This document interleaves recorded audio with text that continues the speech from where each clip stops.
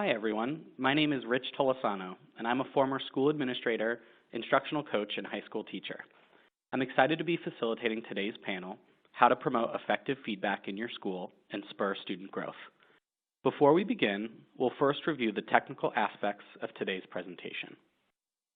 If you have any audio trouble, please check the audio setting on your computer, as well as your speaker volume settings. If you're still having issues, please see the detailed audio troubleshooting file available in the resource list beneath the Q&A window. For all listeners, there are some icons located at the bottom of the webinar console that open additional feature panels. You can read about today's speakers in the Speaker Bio panel and access the resource list to download a copy of today's slides. To submit a question for our speakers to answer during the Q&A session, please type them in the Q&A box located above the resource list window. Our team will be responding to those questions throughout the webinar. If we don't happen to get to your question today, we'll be sure to reach out to you individually with that answer. Finally, an on-demand archive of today's presentation will be available online in the next 24 hours. We'll know you'll want to find a copy and share with your colleagues. You can find that archive on edweek.org. All right, now that we've got the logistics covered, let's kick off today's program. As the Director of Partner Success at the Graide Network, I'm excited to be moderating our webinar on the complex topic of feedback. As educators, I think all of us on the webinar today would agree that feedback is important, but you may be a little less clear on what it can achieve and when it's most effective, as well as how to fully leverage this powerful teaching and learning tool. In fact, for many schools and districts, feedback is a challenge and something of a blind spot. So today, we're going to dig in to understand why and what you can do to make sure great feedback is happening in classrooms across your schools. I wanted to start today's presentation with a straw poll, just to see where everyone is coming into the conversation. On your screen, you'll see a few options now. Take a moment to reflect and choose the option that best represents you coming into today's meeting. We'll take a look at the results together so you can get a sense of where everyone is, and you'll probably see that you're not the only one who may be struggling with feedback.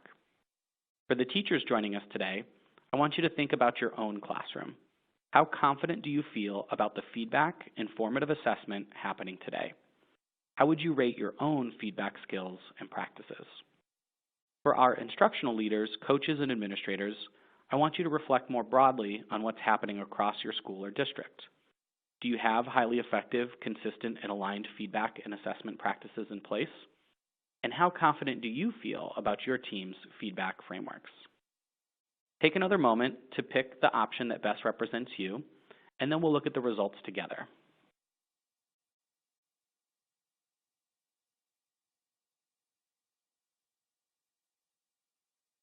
Great.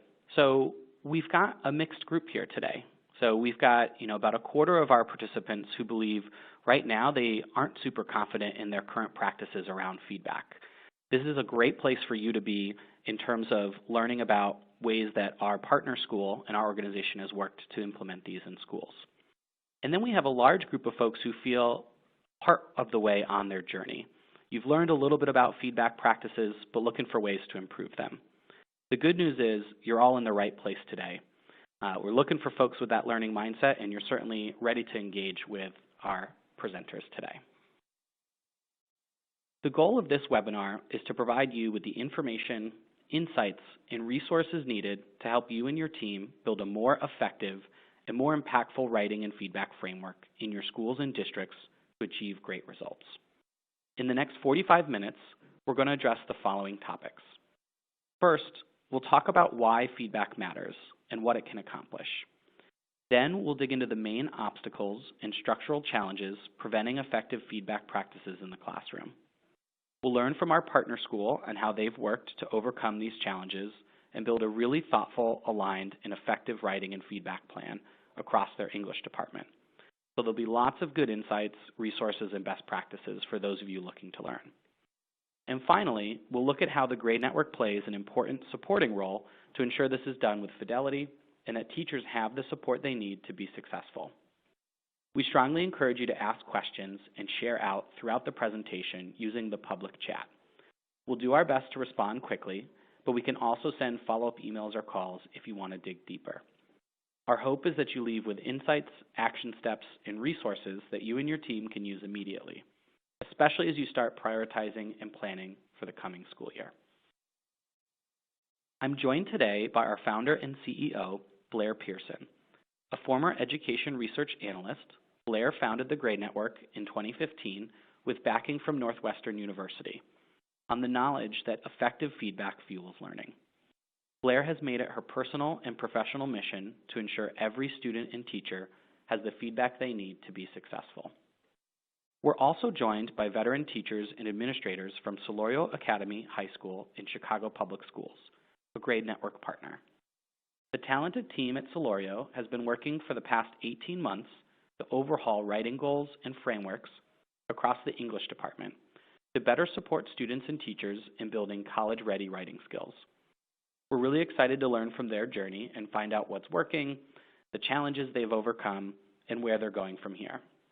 I'm pleased to introduce Katie Patton, Assistant Principal, Lauren Wilkie, English Department Chair, and Joseph S. Gandolfi, English Teacher at Solorio Academy High School. Blair, let's start by having you lay some of the groundwork for today's conversation. If you could, provide a little bit more insight into the research supporting feedback and what makes it effective in action. Thanks, Rich. As you mentioned, I've had a front row seat to education policy and the K-12 education landscape in the U.S. over the past 12 years. I've watched No Child Left Behind, Common Core, Race to the Top. I was in D.C. all the time for regulatory hearings, and like many of you, I'm sure I was just deeply bothered by the statistics nationwide about attainment levels for students, and this overall feeling I had was that schools were just cursed to repeatedly push a huge rock up a hill, sometimes with little to show for it. So I was asking myself, what is happening, or really what isn't happening in schools today? And I started by looking even further into the research. Over the past 30 years, education researchers have worked really hard to help us all better understand what factors contribute to and influence student learning growth. They've measured the effectiveness of countless instructional practices like project-based learning, homework, the impact of school policies, as well as socioeconomic and other factors. All of these studies have found across the board that feedback can have one of, if not the greatest impact on student success. So today I want to just share three particularly important studies of that with you. The first of which is John Hattie's Visible Learning. This well-known meta-analysis of over 1,000 studies ranked the influences of different teaching practices from very positive to very negative.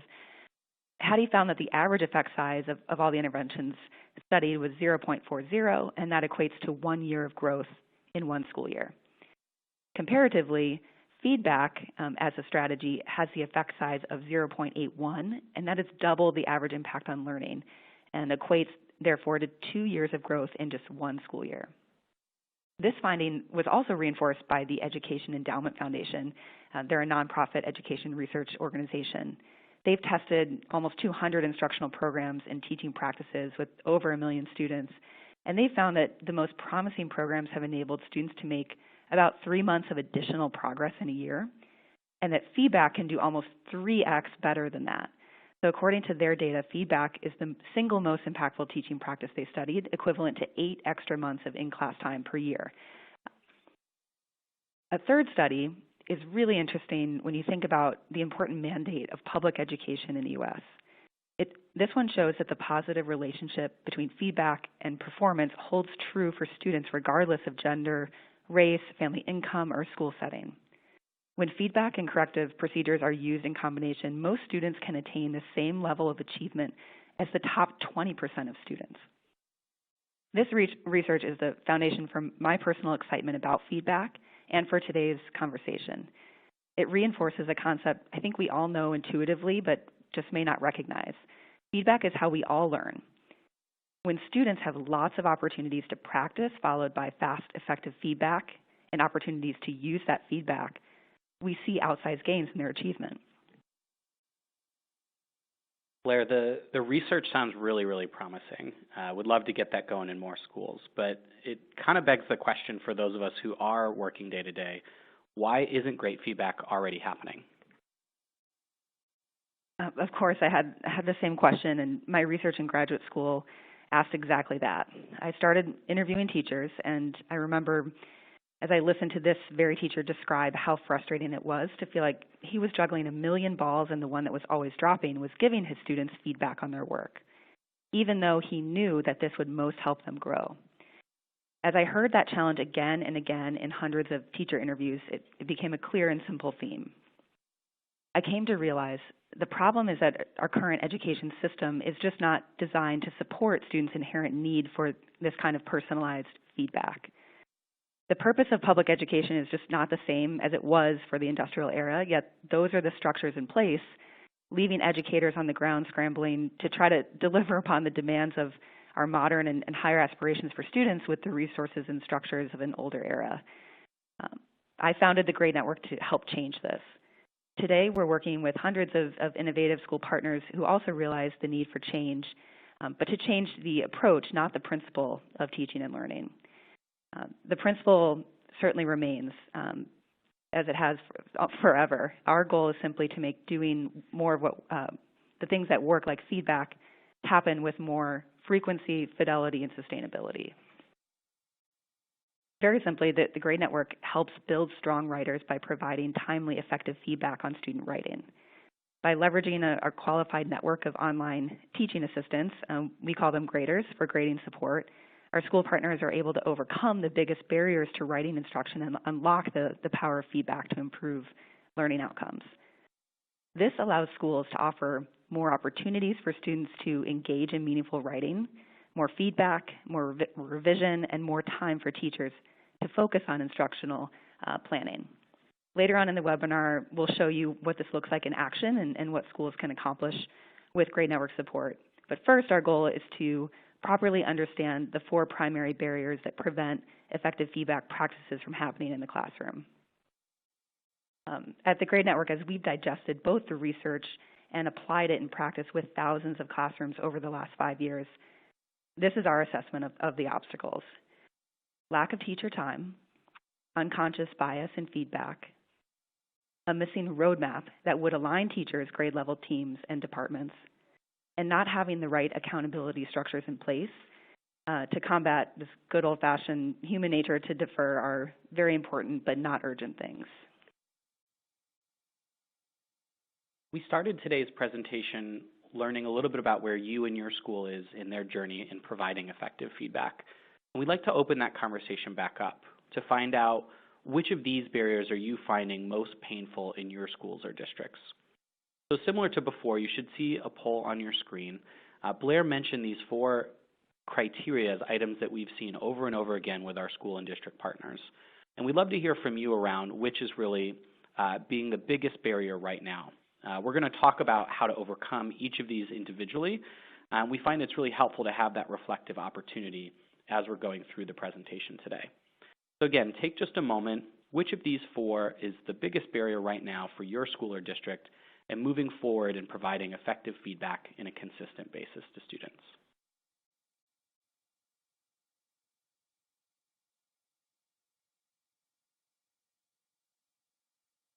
Interesting. So the overwhelming majority of you indicate teacher time is one of the largest barriers.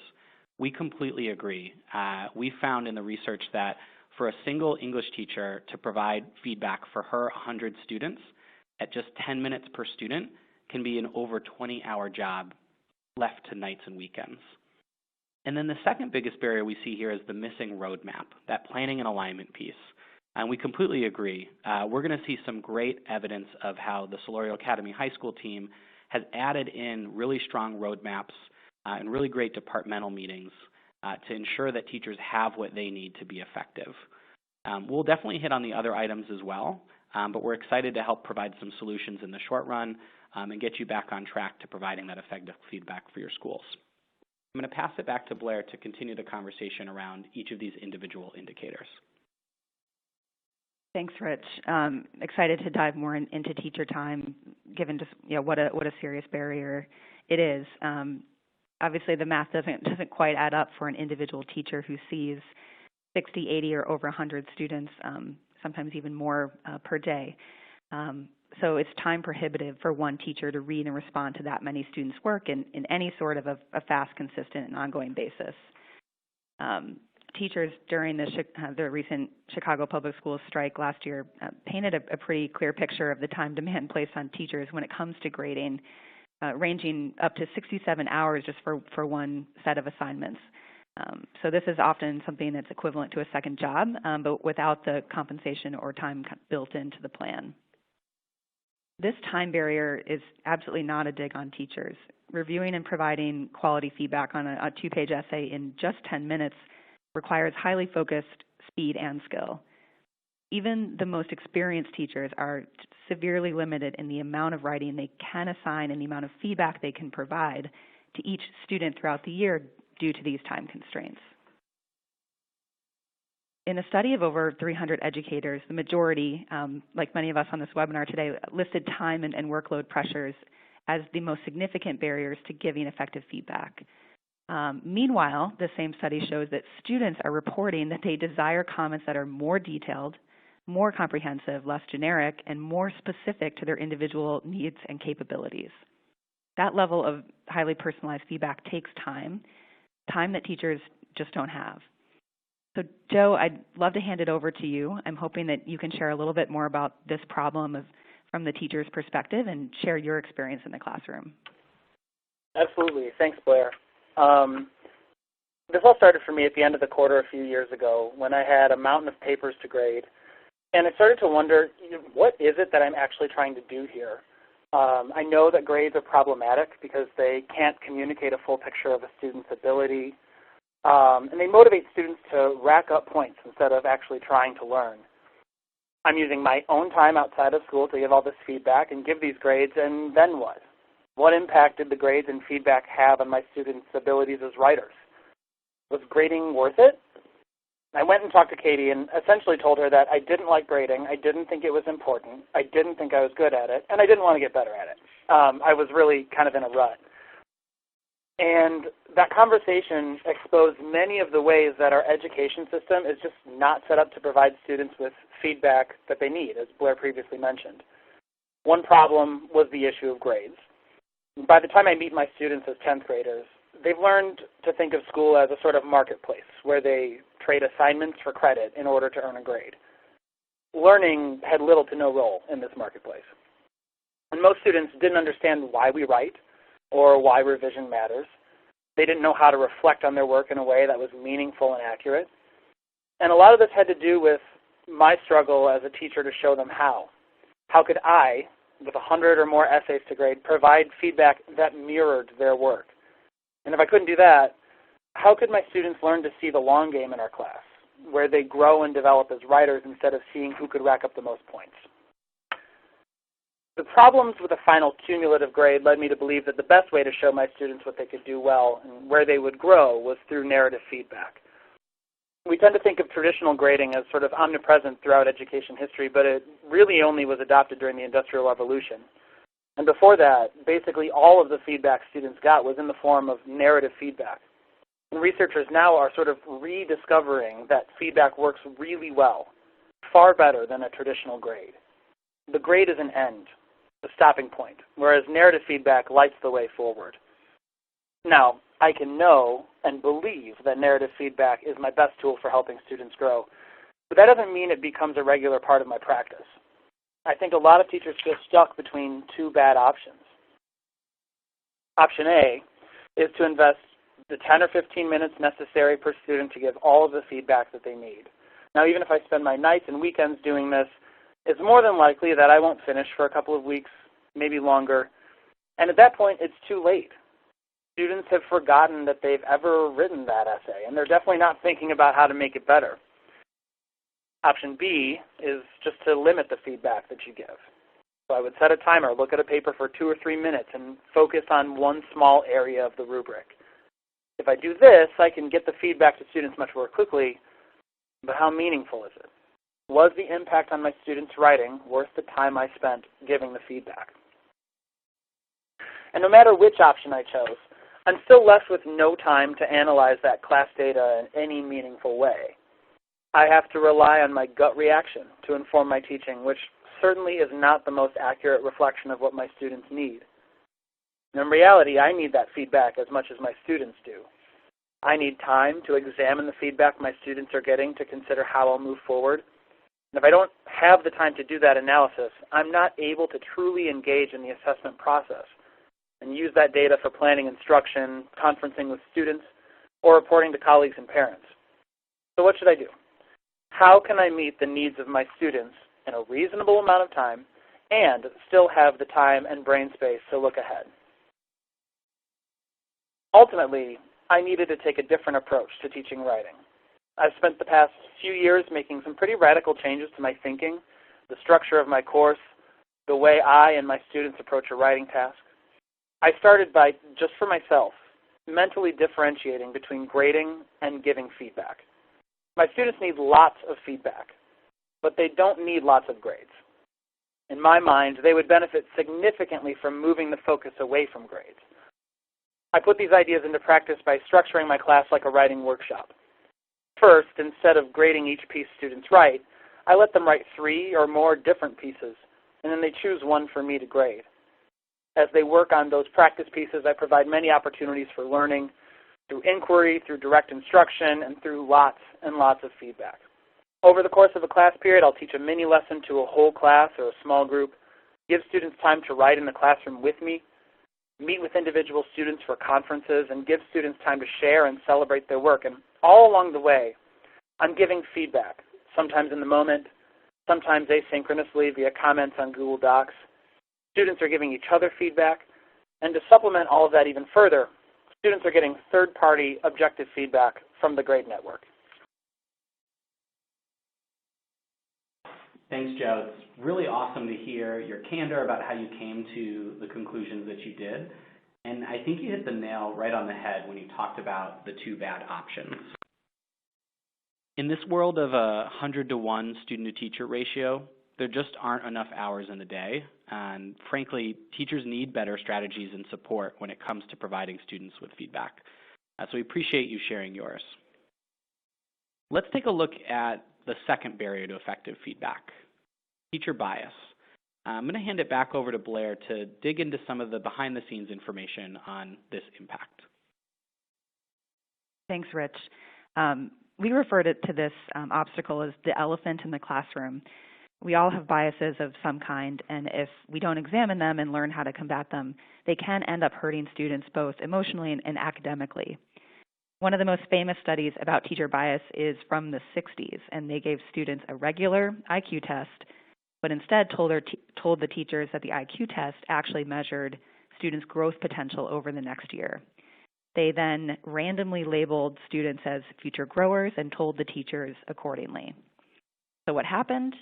The randomly selected students ended up gaining IQ points despite their randomness on an end-of-year IQ test.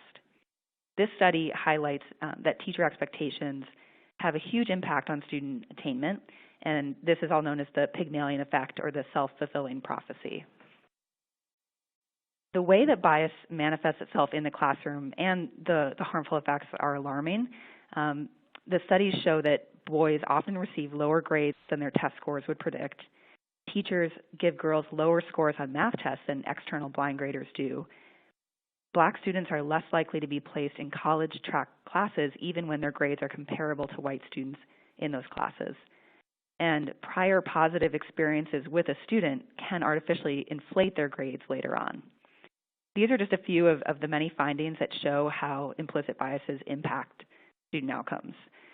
And parents are aware of this too. In a very recent nationwide Harris poll surveying parents, the overwhelming majority, 80% of parents, said that they want more objective feedback for their kids.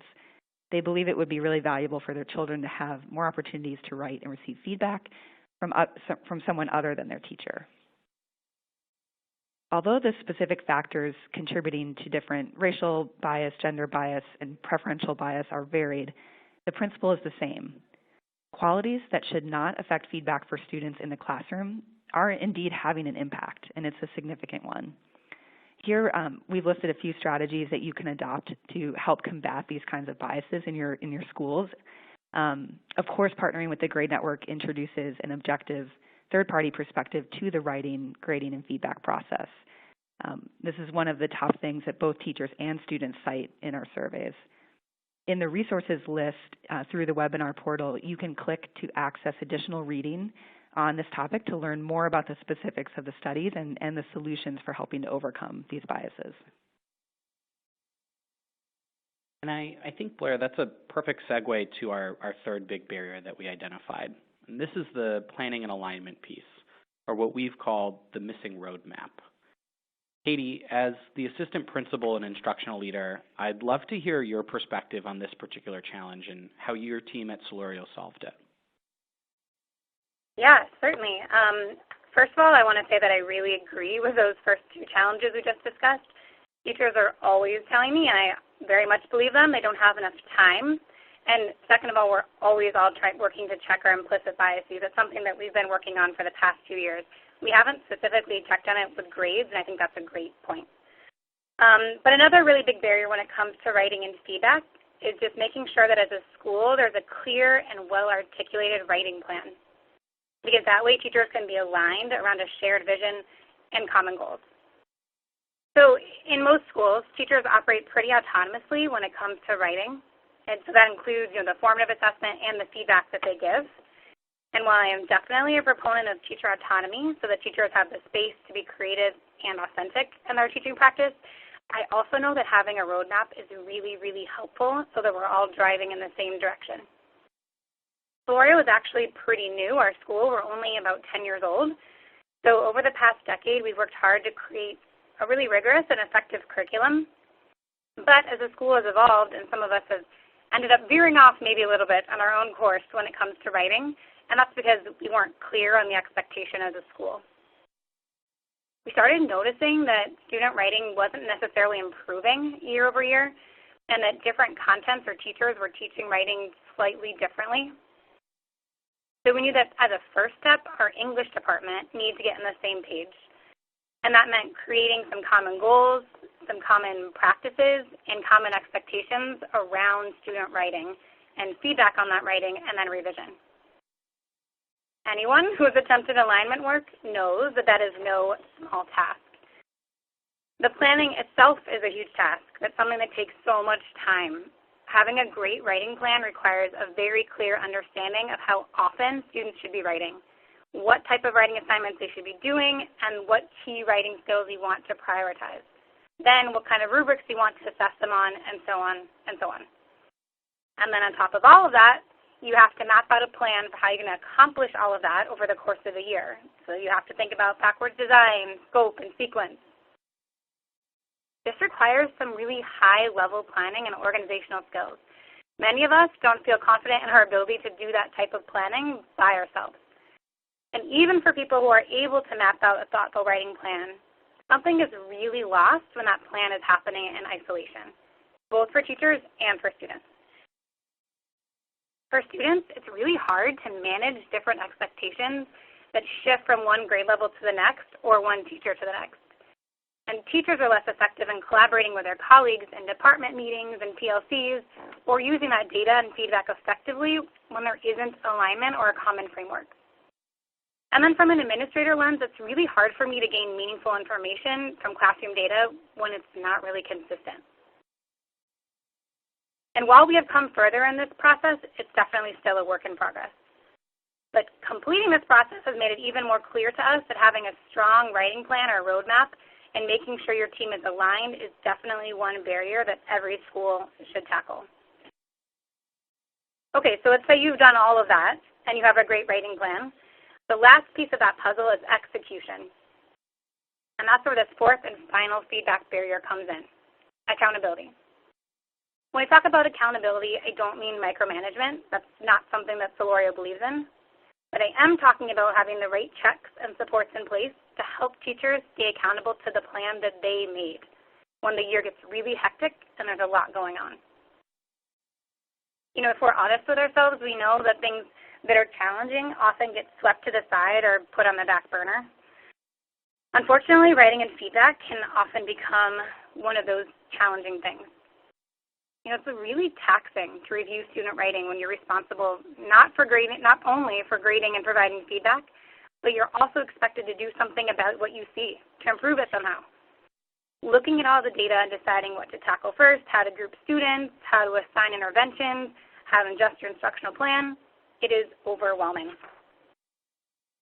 And writing is also really hard for students.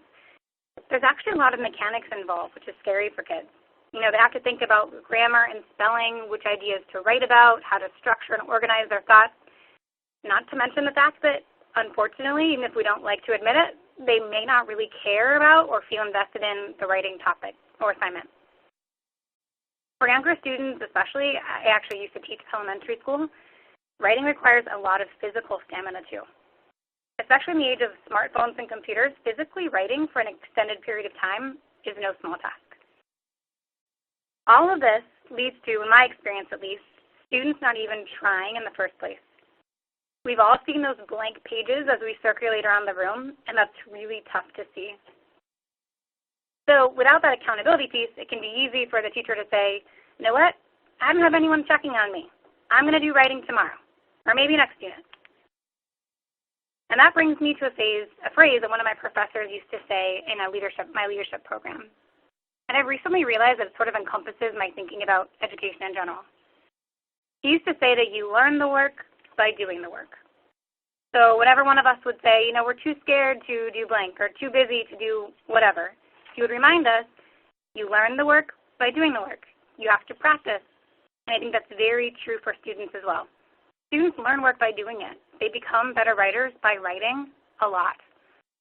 But teachers are often reluctant to assign writing because they know students struggle with it. Or worst of all, is it worth assigning something if you can't even grade it or if you can't give feedback? So writing and feedback fall in this sort of tricky bucket of important but not urgent things on a teacher's plate. You know, as a teacher, when you think of all the things you have to accomplish in any week or day or prep period, it's really daunting. You're forced to prioritize the urgent to-dos, even if some of them are less important because they're right in front of you, they're painful, and they're happening now. You've probably seen this Eisenhower Matrix on this slide. It was popularized by Stephen Covey a while back. And it teaches us that we need to be spending time in quadrant 2. And if we don't, we'll be constantly knocked over by dealing with those urgent things. And that's why it's so important to have a great plan in place and then the right support and accountability structures in place so teachers can lean on those to stay on track. In our country, we have this sort of strange dichotomy. People aren't afraid to admit that they're bad at math. But we are afraid to say we're bad at reading or writing. It might be uncomfortable, but I really think we need to talk about these writing gaps and challenges, like the ones we've already mentioned: teacher time, our biases, alignment and planning, and accountability.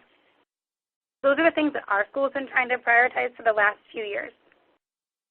We recently did an alumni survey, and our alumni told us that their English classes best prepare them for college. And while I love our English team and the teachers with me on the line, they're all amazing, I know that our alumni aren't just saying this because they love them too. They're saying that because college is essentially one giant essay. The real world requires a strong understanding of the written language. So I truly believe that talking about these writing challenges is a topic that all school and district leaders need to be thinking about. That way we can build better writing and feedback frameworks for students and for teachers.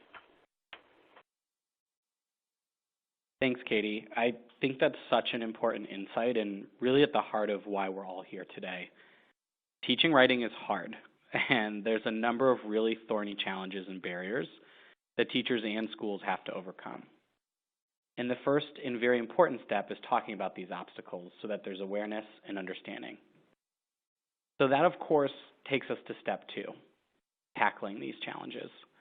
Lauren, I'd love to turn it over to you to talk about how Solorio has been working to overcome these obstacles, the best practices, strategies, and supports that you've put into place over the past 2 school years to ensure that you have the thoughtful, aligned, and effective writing and feedback plan across your ELA department. Yeah, thanks, Rich. The last few years, the English department placed an extreme emphasis on practice and feedback. Just like Katie said, we learn the work by doing the work. Students need to be writing a lot, and teachers need to be giving a lot of feedback. And like Joe said earlier, we put a priority on feedback over those grades, with an emphasis on process. Much like projects or what we call purposeful learning here at Florio, we placed a greater emphasis on formative writing, feedback, and revision. First, we instated some different changes to our curriculum and our course offerings. We created a new freshman course called Composition that utilizes Writer's Workshop model, and that pushed up into the upper level courses like Joe's and hopefully across departments. We've done some learning walks and things of that nature. We also created a Writing Center course that focused on peer-to-peer support that would increase formative feedback and supplement current MTSS practices. And then you couple that with our whole school vision and mission and our current PD plans, we started to create and articulate an aligned writing vision. With that common vision, we really needed common language around assessment, and that seemed to be our first struggle. And step 2. That came in the form of common rubrics for our most common assessments, such as argument, expository, and narrative writing.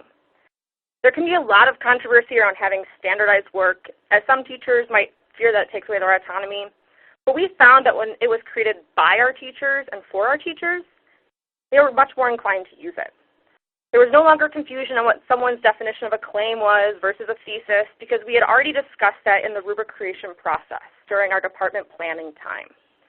That delineation helped us as a department really name the growth that our students were making and where the gaps might actually be. The third step, which we worked really, really hard on and worked hand in hand with the creation of the rubrics, was norming and calibrating our understanding of student work. Both steps 2 and 3, creating the rubric and tweaking the language, to be honest, was a really long process. Change can really seem glacial in schools, but when we saw our finished product, we were able to clearly delineate how a freshman claim looked different than a senior claim. It took a full year, I'll emphasize that, to create an argument rubric that was aligned for each grade level, but it was so worth it in the end. There are a few things that made this take a long time. First, there are definitely not any books on how to do this. I looked for them.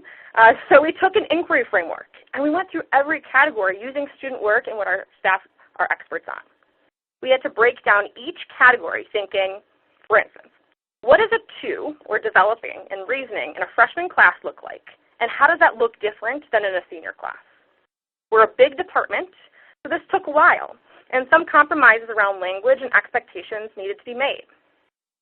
2, with that inquiry approach, we looked at a lot of student work, and using that helped us create very, very specific line items that could be clearly measured on a 4-point scale. This student norming of sorts caused us to have some difficult conversations around bias. That kind of leads us to our next idea. And while it took time, norming and using student work made our rubrics authentic documents and helped us think more objectively about student writing, which is oftentimes incredibly subjective. We had to remove our personal feelings and fears about being judged by our colleagues for the quality of our students' writing. We had to put aside worrying about whether the paper was a reflection of me as a teacher, and to be really cognizant of the expectations we had been setting for our students versus the macro level expectations that we set as a department. So if you're a teacher leader, I think building capacity around trust and accountability is really important for teams here, as well as going back to that poll earlier, giving time and trusting that your staff members will work together during that time to tinker and workshop. So on norming days, each teacher brought in copies of student work that reflected a 4, 3, and a 2 on a particular category of an argument rubric, for instance, such as claims, reasoning, and cohesion.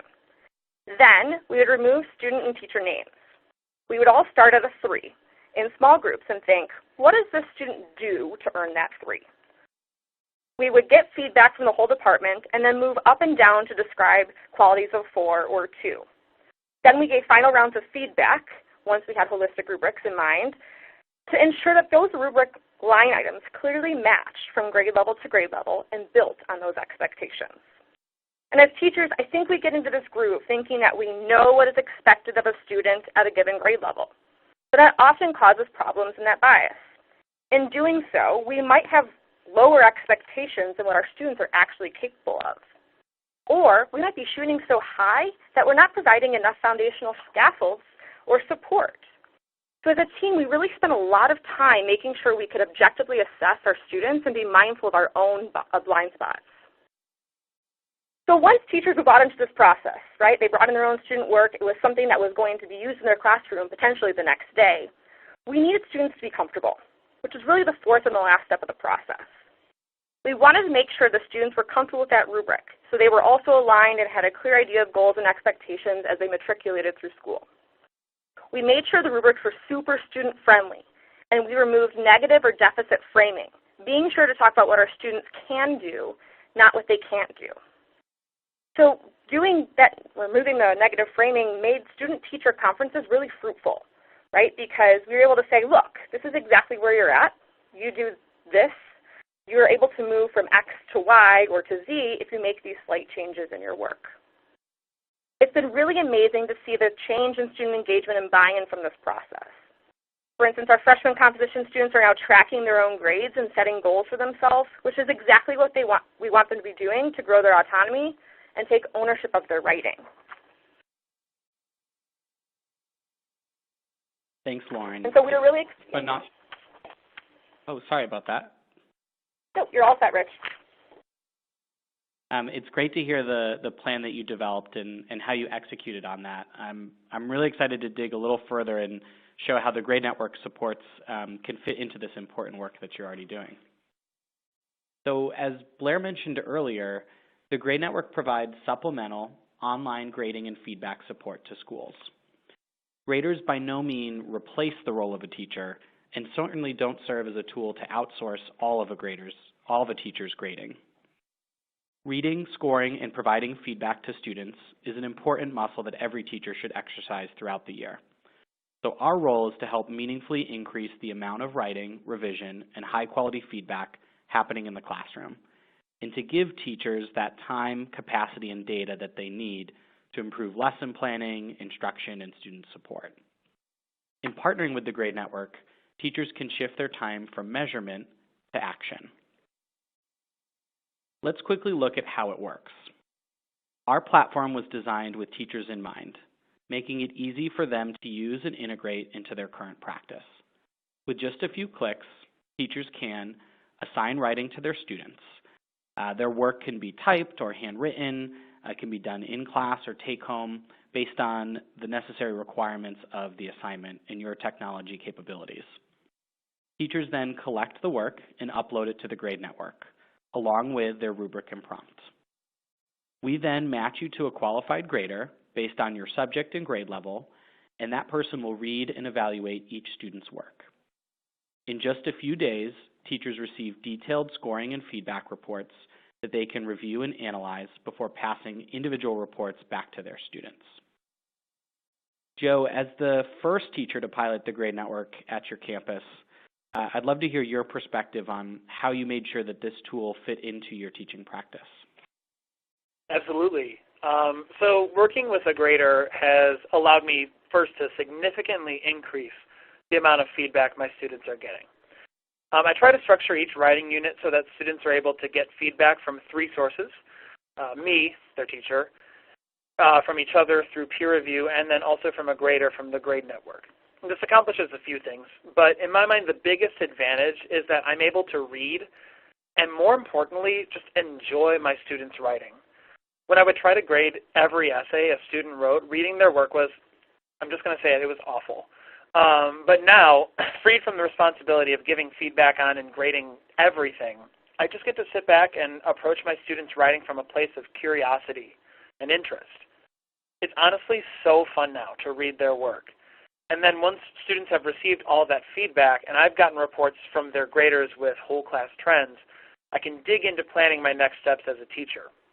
My focus through most of this stays on approaching my students as authentic writers at work, rather than 10th grade assignment completers. Part of that authenticity piece, I think, comes from the fact that when my students are writing, they know that people outside our classroom are going to read their work. Having graders as an additional objective perspective really highlights for students their strengths and opportunities for growth. They learn so much about the amount of context they need to provide a reader who has no idea what we've been learning and talking about in class.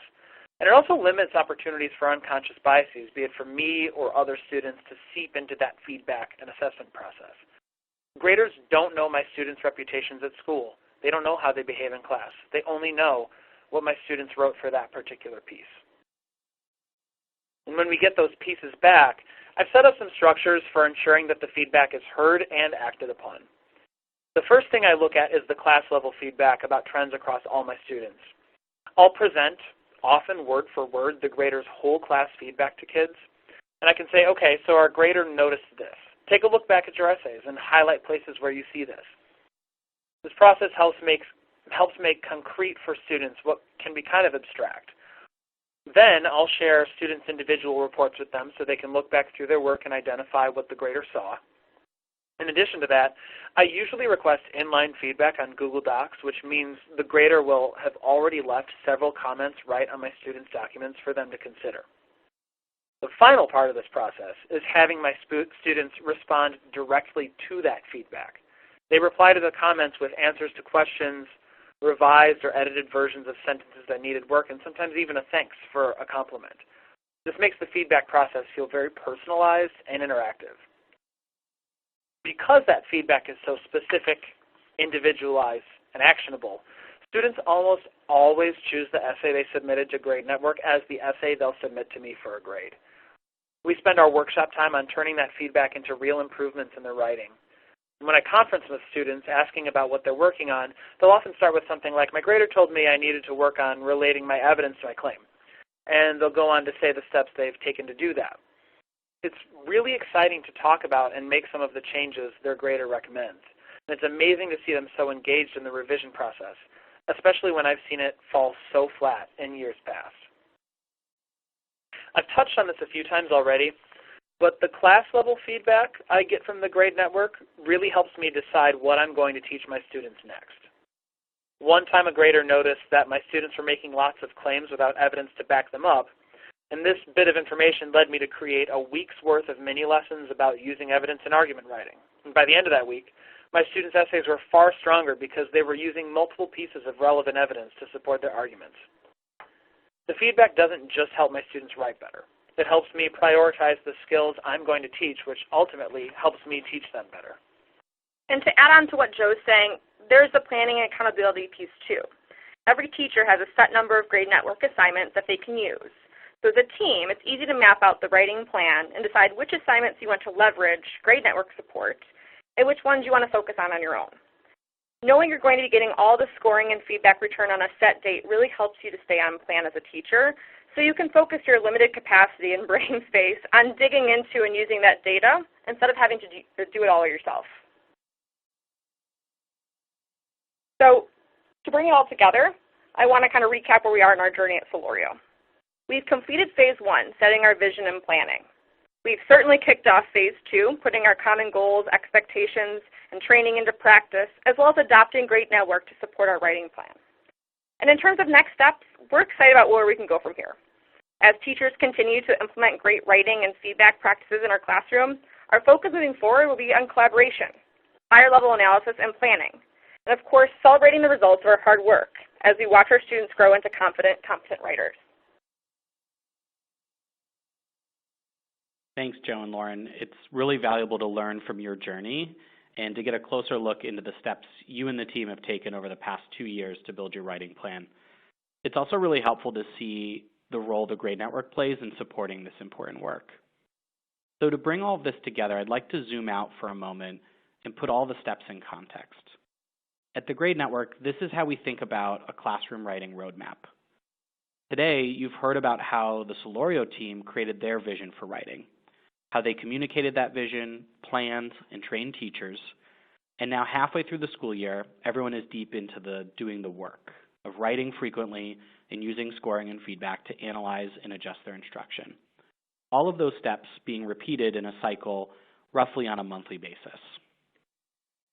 Given the importance of planning as its own phase in the writing roadmap, I wanted to give you a better look of how you can think about the timeline of these planning activities. This is just one sample calendar, and we've certainly seen school and district partners accomplish these steps at different times in the year and at different speeds. But to get started on any one of these steps, depending on where your school or district is, you can go to the resource section and download our supporting checklists for guidance. And there's some best practice material in there to help you along the way. And of course, if you're looking for support in this process, please do get in touch. Our goal at the Graide Network is to help schools overcome the barriers we talked about today and realize those really powerful benefits that research shows is possible when feedback is done well. So now I'd like to open it up to your questions. If you haven't already, please enter your questions into the chat window. We'll be taking as many as we can in the next 10 minutes or so, and of course, we'll be glad to follow up on additional that we don't get to today. One particular question that came up, I'd love to have Katie, you and Lauren kind of answer this for us, is curiosity around how school leaders can better work with department chairs to provide the support that teachers need to improve their quality and quantity of feedback. There's some curiosity from our audience around what this partnership can look like to ensure that those practices are continuously improving. Yeah, great question. I think that, Lauren mentioned some of the process earlier that we followed. I think that the biggest thing as a school leader is that the building, your teachers know what you value by what you leave time for, right? So if we're never leaving time for this discussion, then teachers aren't going to value it either, which is why, as Lauren mentioned, we did all this work in our department meetings. Everyone has different districts with different contracts, et cetera, but here at Solorio, our teachers meet twice a week. One time a week is to do instructional work. So that's once a week where basically we spent an entire year last year doing this, right? So whatever that looks like happened in that meeting. People weren't doing work outside. So I think the first and most important is that you just have to find time. And if this isn't the year for you to do that because you're focusing on something else, I also think that's fine. It's better to do things well and to wait and do them, at once. And then in terms of the sort of norming and working with your department chairs, I always recommend, some of the looking at student work protocols, right? We kind of adapted a few in our work, but that's the best way to norm is just to do it, to look at the students' work and to see what they have to say, see what different teachers are thinking about it, and the more often you do that, the more likely it is that teachers see it the same way.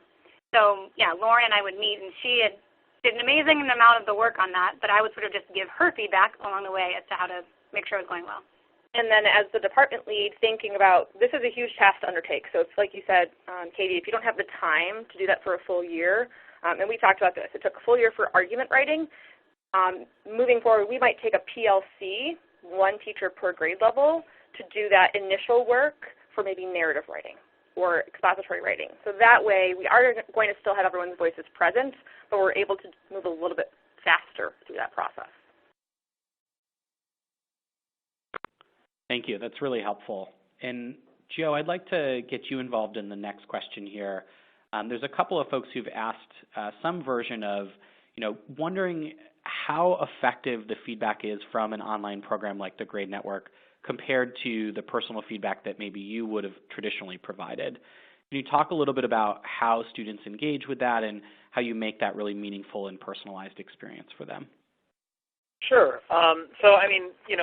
I think the nice thing about the Graide Network is when I'm setting up an assignment and I've already got my rubric that I'm going to be using, I often will make a note on the assignment just to say, like, when you're leaving feedback, make sure that it's focused on one of the areas on the rubric. And sometimes I'll even say, like, ignore conventions for now and focus just on reasoning. So that kind of ensures that the feedback that I would be giving aligns with the feedback that the grader would give. Other, online resources I can't speak much to. I mean, if you're looking for really low level, like spelling feedback, you could obviously use Grammarly. But I would say that our partnership with the Graide Network has allowed me to essentially give double the feedback because half of it is coming from a grader. Great, thank you. And Katie, I've got another question for you as well. There's been a couple of folks who are on here today that are curious about what connections there might be between these practices and protocols and best practices, not only in the ELA department, but to other departments, whether that's the science team, the history team, and beyond.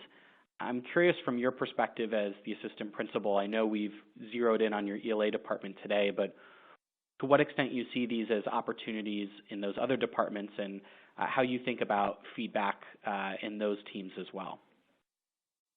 Yeah, great question. That is also, we've done some of that already, and it's also simultaneously a next step.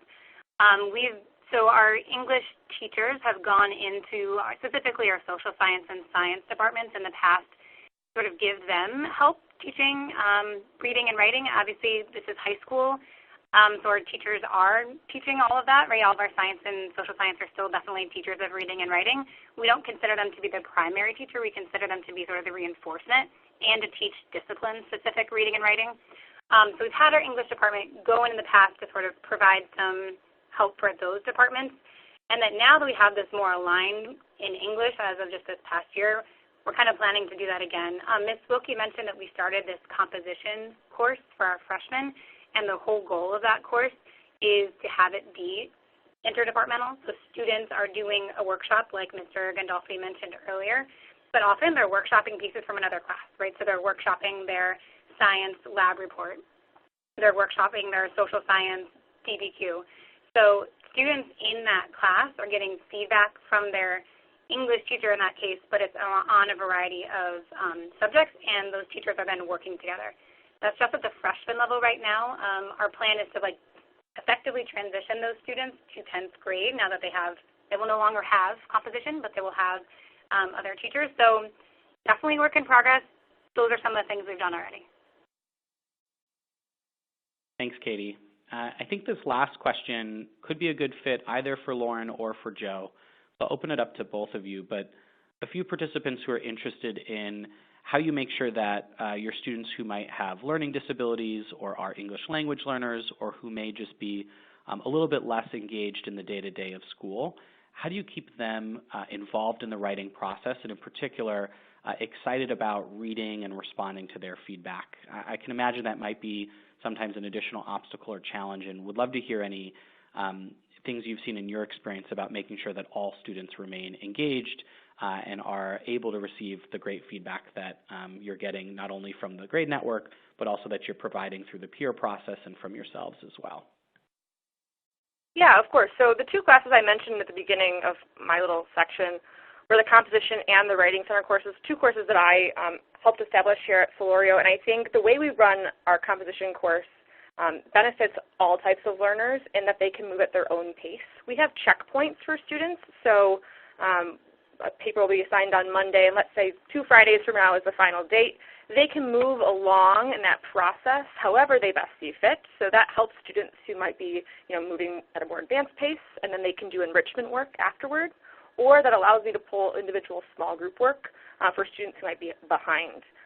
That also allows me to use the Writing Center kind of concurrently as an opportunity for me to say, all right, I noticed that you might be struggling or behind or you are absent. Why don't you come by to the Writing Center and you can have some leveraged peer-peer support in that regard. And that's helped build a lot of great relationships between freshmen and seniors as a way to build mentors through that process as not just writers and students, but also just as humans as they're navigating through high school. And then to add on to that, I would sort of boil down my 2 thoughts on this to choice and to thinking of writing as sort of an iterative process. So in terms of choice, when I'm teaching a particular genre of writing, I might use a whole class text that we are writing about to teach the thinking and the process of doing that writing. But then those other practice versions kids are doing of that type of writing, they might work in a small group on a shared small group text to work together with a little less intervention from me, or usually by the end of it, they're working with a text of their own choosing. So in addition to choosing the text they're working with, they're also choosing the final version to submit for a grade. The other thing, just in terms of the iterative nature of it, would be, I'm giving them lots of opportunities to get feedback, revise, to try again, and there's never sort of a firm, this is the final draft. Great, thank you. Those are great suggestions. So I think we're now at time, so I'd love to remind everyone to take advantage of the resources that we have available for download. Our hope is that these will serve as helpful tools to you and your team that you can implement immediately to help you promote effective feedback in your schools and spur student growth. I also want to give a huge thank you to our presenters, Katie, Joe, Lauren. Thank you so much for joining us, for your hard work and dedication that you do at school every single day, and for taking the time to share your learnings with everyone. If this webinar resonated with you and you're looking to explore how to best implement this program to achieve your specific writing goals, we'd love to get in touch to discuss further. Please feel free to visit our website or book a call with us on our calendar anytime for a consultation about best practices with feedback and writing. Have a great rest of your school year, and we look forward to hearing from you.